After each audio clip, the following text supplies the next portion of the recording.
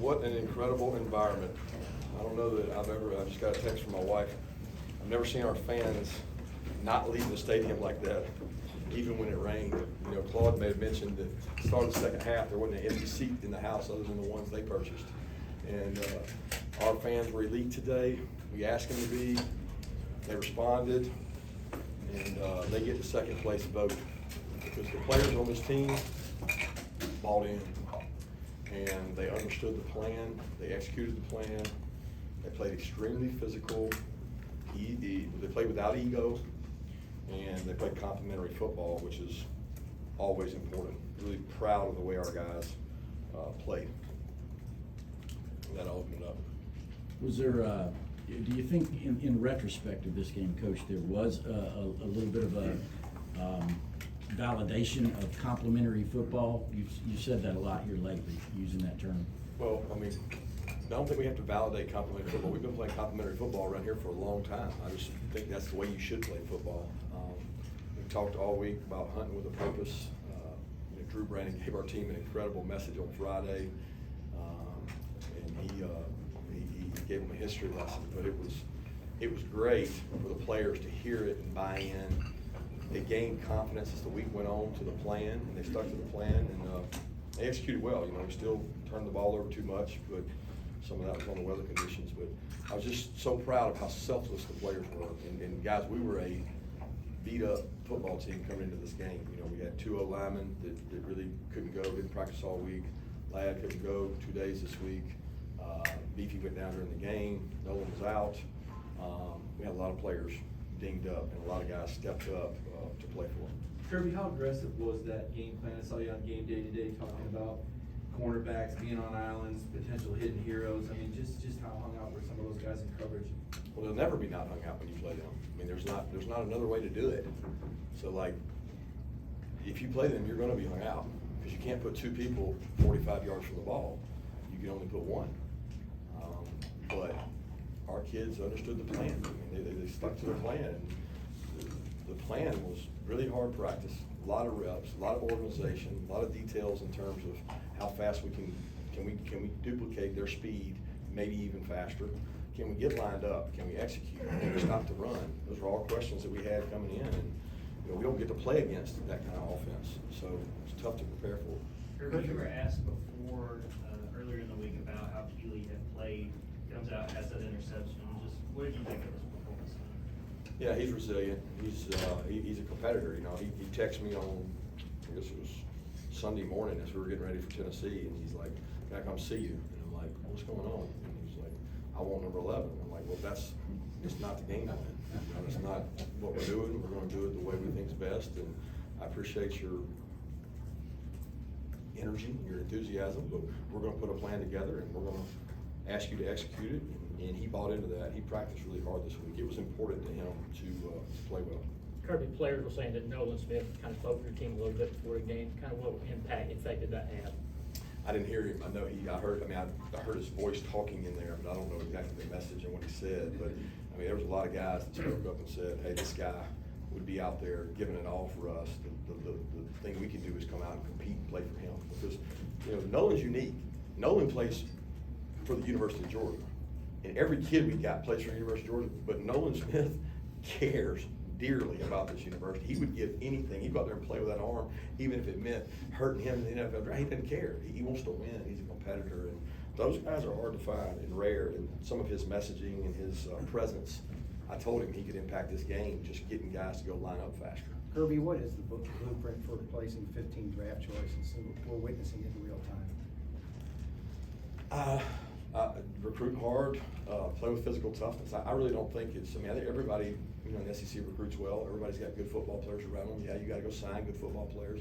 We've done that. But from what I hear from other people that watch us, it's physical toughness. It's Tuesday and Wednesday practice. And I think physical toughness won out today for us because, you know, they're a really physical team.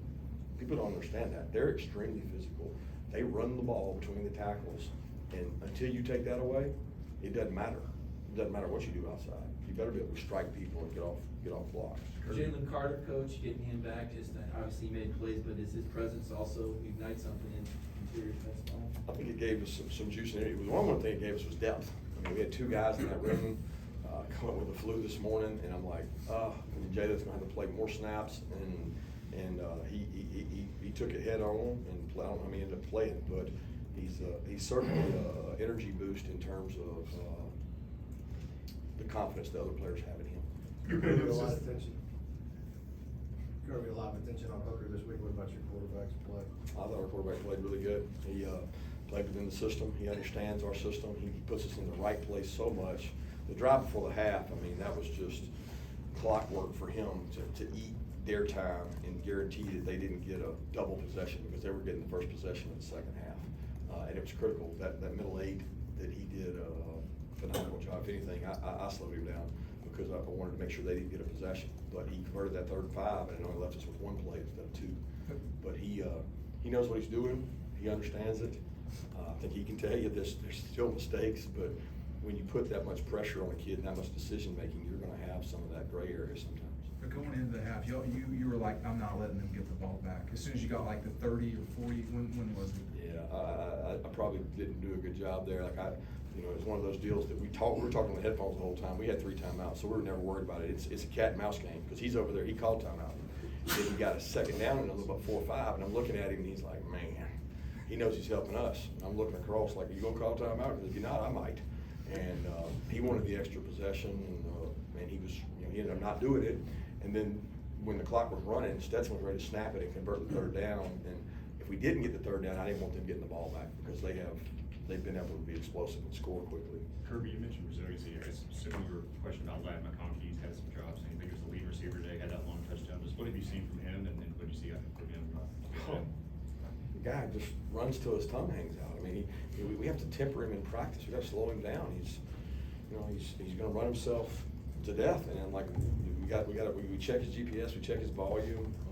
Like I said, he wasn't able to go really Wednesday or Thursday, and came out, played with great toughness. He blocks well. I mean, the guy's a competitor. And his family are the biggest Tennessee people there are. He grew up Tennessee fan all his life, and that was a big game to him.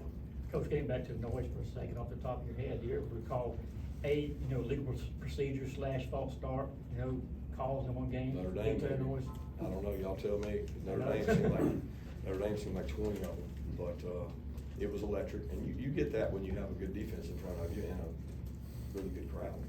Kirby, you've seen Stetson win big games before, but what is it about those moments that enables him to really come through in your group? Competitive excellence, competitive toughness. He's a winner. I mean, let's be honest. The guy wins. The guy knows how to play the game. He understands what people are doing. He came off the field one time, and we were frustrated. And he said what coverage it was, and a lot of people were saying it wasn't. We go back and look. He was right. He sees the coverage. He understands it. He's stubborn as hell sometimes, but he's a competitor, man. With all the talk about their offense, do you feel like the front and the back end of your defense kind of took it personally? I don't know. All the stuff that's written and said, we never utilized it and said anything. I mean, they get questioned all the time because all the other guys left. But because the other guys left, why does that matter? Like, they got here on their own merit. So, like, the questioning, I think the biggest confidence question for them was Tennessee, because they are explosive. They are really hard to stop on offense. So there was some doubt and question marks there, but they bought into this plan. I mean, every coach, 5 coaches of defense go over the exact plan every day. This is what we're doing. This is how we're doing it. We're going to keep it simple. We're going to line up fast. We're going to strike blockers. We're going to play people. We're going to keep the ball in front of us. We're not going to let them be explosive. We're going to affect the quarterback. We're going to buy into it. And if everybody does it, we were talking about the plan every time they came off the field, and they executed the plan. Coach, how pleased were you with what you guys were able to do on the line of scrimmage tonight? Very pleased. I think the line of scrimmage always dictates the outcome of games, because eventually you have to be able to run the ball some. And we were able to run it, and I don't know, I still feel like they ran it well late, but I feel like we controlled the run game. Did you run the ball in the second half because of the weather, or because you wanted to chew clock, or? The weather, it was sloppy. I mean, you saw it back to back. It's wet. The ball's everywhere. They fumble. They hardly ever fumble. We fumble. We don't fumble much. Back to back, and it becomes who can not mess it up. I mean, at that point, it was a different kind of game. So we went in the bag a little bit, and they they were in a tough position because it's hard to throw in that environment. Hunters don't get much love about that 75-yard kick. Man, I told him he worked it like a boomerang from Australia. Sidewinding, I kept going, get out of bounds, get out of bounds, and it's a hell of a kick by him, and that was a big momentum swing. Kirby, how adjustments, you talked about how Tennessee adjusts and how this is like option football with the pass game. What about the job your staff did? I know you guys don't always pat yourself on the back, but clearly schematically you guys were sound here. Sound, but I would say again, going into the game, what did we say we were not gonna do? We're not giving them layups. If they go in for a layup, we're fouling. We're not giving layups. We're not giving layups. And we stayed away from the layups. And, you know, no disrespect to those other teams, they had a good plan probably too. But if you make it hard, complicated, you can't do it fast enough. Coach, I know you're focused on the guys in your locker room, but recruiting-wise, how big of an impact today, having all those big-time recruits there with the crowd and having the #1 team in the building tonight? Yeah, I think our crowd impressed the folks that were here. We're very fortunate to have a facility here that our administration helped build that is unreal. For Haynes, they can go inside. If they want to stay outside and celebrate the rain with us, they can. A lot of them are going back over to our facility now to spend time with us, and ultimately this game will probably get us, you know, another good player that probably be playing here against them in 2 years. You know, so that's the name of the game. You want to be a good coach, you got to sign good players. How's Bill? Yeah, don't know. It's a great question. Unfortunately, they told me they were taking me for X-ray, and then I never heard anything else. So I don't know there. What impressed you most about the team? I mean, you guys have had a lot of big games in recent years, but maybe a lot of these guys haven't been in the prominent roles that they were tonight. Just the courage to stick with the plan. I mean, there's a lot of folks outside doubting them. They never doubted themselves. I mean, a lot of confidence in that room. These players were confident. I'm most proud of our staff, man. Our staff really worked hard this week to have a good plan, to execute the plan, and the players didn't let their ego get in the way.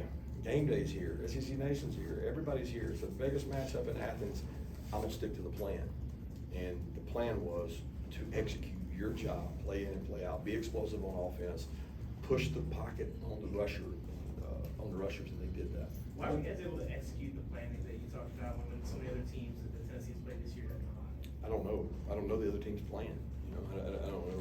For us, it was all about getting lined up quicker than they do, and you know, practice. We told our players they did double the reps this week in terms of the amount of minutes you practice in a period. If it's 12 minutes, you usually do 24 plays. Well, we had periods where we were getting 35 and 40 plays because how fast they were going, and they doubled up, and I think that helped play a part of it. I think the success we had early in the game, because when you play Tennessee, they go for the knockout blow in the first round. You got to survive it. And I don't like surviving anything. We want to attack it, but with them, it's about surviving that. Kirby, how big was Arian's catch, and especially just with everything he's gone through, to even be back out there? Man, that guy stays out there. I kept having dreams I was going to have to put him in against their 11 to let him run with it, but he stayed after practice every day, ran a lot of comeback routes, a lot of slants, a lot of deep balls, and for him to get that is so much gratification for this kid who worked so hard. And he had bumps and bruises during the week and had to go in a black shirt and bounced all the way back, and really thought he was going to catch that ball late to put a dagger in there, but he's a great kid, and he's a really good player. You talked about dreams a second ago. Did you sleep well last night knowing what y'all were getting into? I slept better as the week went on because I felt really good in the plan we had. I thought we had to execute it, and I told my wife and kids leaving today, I said, we've done everything we can do. We've put together a great plan. Our kids have bought into it. Just go execute it. You know, I knew that our crowd would impact the game, and someone texted me and said, hey, you remember Alabama-Auburn last year at Auburn? They had crowd noise galore, and they had all those sacks. And it goes back to when you play on the road in the SEC, you can't account for that 0.2 seconds of get off. It changes the rush, and it changed tonight. It helped our rush. Years past, your players would be out dancing with the student section for 15 minutes after the game. For the most part, it seemed like everybody just kind of headed to the locker room. Is that something that they just instinctually, you beat the #1 team, And it didn't, you know, celebration-wise, at least outwardly, didn't seem that way. Is that just a mindset that this is not the end? I hope they're just not ready to get downtown. I know that's not the problem. They buy into it. They understand that humility is a week away. They've got to go to Starkville next week, which is a tough game. And I'll be honest with you, our guys probably want to get in there to go in there and celebrate. Half of them don't even get their phones as soon as they walk in. So they're like, well, I can't say that. They're just like little like my kids. They want to go get their phone and see what somebody said about them. So y'all say nice stuff about them tonight. Let's take two more questions. Oh, is this gonna break a record for us? 2 hours? Two more questions. You've been here a long time, was this just the loudest ever? I don't know. I always tell people, when you can't hear, it's deafening. Like, what's more deafening than deafening? They have that little decibel thing. I don't understand that thing at all. There's no way it's accurate. I mean, but I look at it as Kentucky was loud, Arkansas was loud, Notre Dame was loud, it was loud, and loud is loud. So there's a point where you cannot hear, and I was proud of our fans because I don't know if our stadium is exactly built vertically for just crazy crowd noise, but they were impactful tonight. Quick question, Coach, about defensive scheme. Talking about Devon Bullard as far as coming off the edge. Tell me a little about his role and how it's grown. He is so tough. He is so physical. He is like a little stick of dynamite, man. And when we recruited him, it was a COVID year, and there weren't that many people recruiting him. I said, man, this guy's tough. He loves contact. He gets people. And Schumann and the defensive staff, I give Schumann a lot of credit. He came up with a couple plays that he thought would disrupt them, and we kept running the same thing. It was like, we can't run it again. He ran it again. I said, we can't run it again. He ran it again. I'm like, geez. Bullard kept coming off the edge and was really impactful as a rusher.